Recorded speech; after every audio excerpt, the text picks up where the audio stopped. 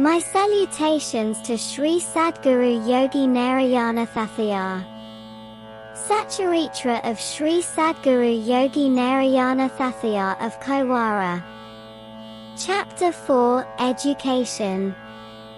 In the constant company of religious persons, priests in the temple, and other devotees, Narayana developed an innate propensity towards spiritual education that would ensure ultimate absolution, rather than the standard formula of literacy.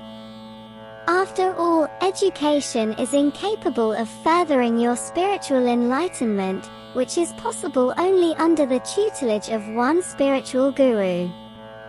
Strong in this knowledge, he did not show much interest in academics. From his very childhood, he imbibed the spiritual perspective, listening to devotional stories, reciting the accolades, collecting numerous flowers for worship, and getting enchanted by the glory of the deity so meticulously decked out. That was the way his days passed. As said, he was not interested in subjects such as mathematics, logic, etc. He knew of their uselessness in the elevated plans of spirituality. They were suitable only in the fleeting worldly existence. That was why he belonged in the company of spiritual personalities who were devoted to the service of the Almighty.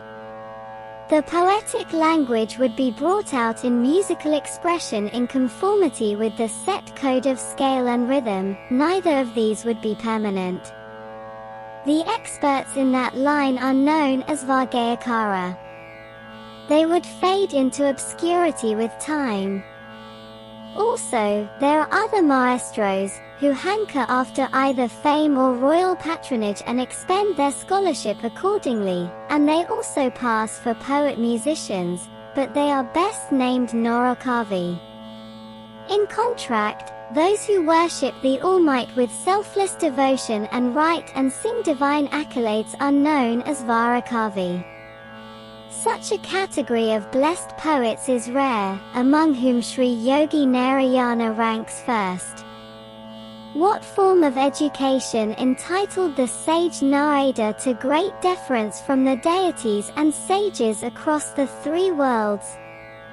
It is because he was a Varakavi, a status attained only through his constant devotion and encomia for the Lord Mahavishnu. There are several others like him, who have vindicated their lives in the service of the Lord. In the verses of Amora Narayana Shataka, they are referred to an Athamayogi. For example, Kalidasa was a dullard until he realized that goddess Kali blessed him with profound literacy by writing the Bijarashara on his tongue. It enabled his transformation into a Varakavi, and he made extraordinary contributions to literature with his classic work. Abhijnana Shakunthalam and other works that were equally significant. Another example is Yogi Vamana. Before attaining sainthood, he gave up worldly indulgences. At the critical, divine moment, he was blessed with a treasure of enlightenment and turned into a Varakavi to make his mark in literature with his prescriptive Vamana Shataka. For another example, we have the sage Valmiki. He was originally a bandit who ambushed travelers and lived on the spoils of his aggression. With divine enlightenment, he was transformed into a Varakavi, and instinctively produced the Ramayana. What is remarkable and common in the life stories of these luminaries is that they never had any formal education as we know it. They had no schooling. It was only with the divine blessing that they received their spiritual enlightenment and brought out their works to help the common good alone on the path of righteousness. Blessed likewise are numerous others, including Purandata Dasa, Kanaka Dasa, Annamakarya, Allama Prabhu, Mirabai, Mahadevi Yaka Basavana, Bhadrakala Rama Dasa, Kabir Dasa, Thulasi Dasa, Pothana, and Thyagaraja, who followed the sacred path of service, received extolment from the Almighty, and attained salvation. Our Shri Nareyana Thathayaa is a recent example of such a Varakavi. Although he had no schooling and received no mundane education, he was blessed with divine instructions from the Almighty himself.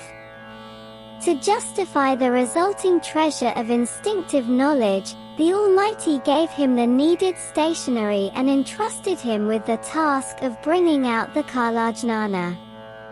In his scripture, Shri Nareyana Thathayaa mentioned, "It is the very Lord who presented me with the pen and paper and directed me to take down the Kalajnana being pronounced by him." But, by neutral observation, it does not sound all that wonderful, does it? To one who is, in essence, a human manifestation of the omniscient Almighty, is it any miracle that he has been able to bring out something to dispel the dark ignorance with the glory of knowledge? Not at all. No matter how deep you have dug into the various branches of science and no matter how profound your scholarship is, it can never ensure your spiritual liberation without the crucial element of devotion. It is possible only through devotional literature and praise of the Almighty, hence the emphasis. Shri Nareyana Thathayaa made it clear that the Almighty was his exclusive guru, who imparted in him the knowledge of yoga. This all goes to show that, although Narayanapa looked like just another boy in his childhood, the divine instruction from his guru transformed him into an extraordinary yogi.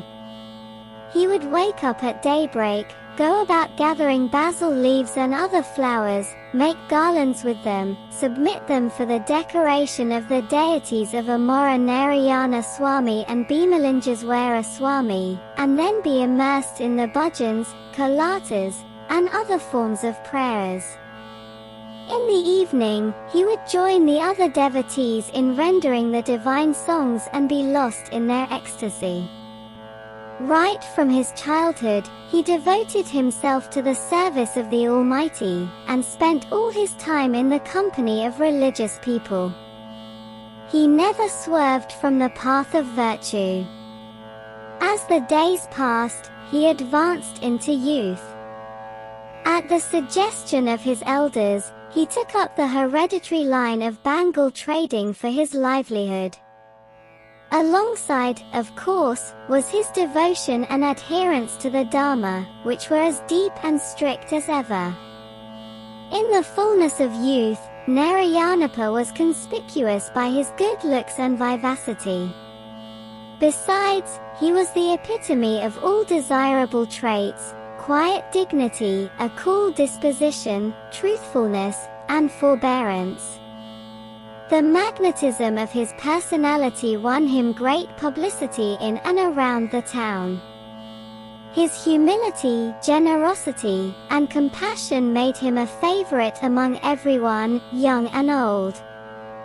In due course, there came the spectacular annual event, namely the Brahmotsavam of Amora Narayana Swami.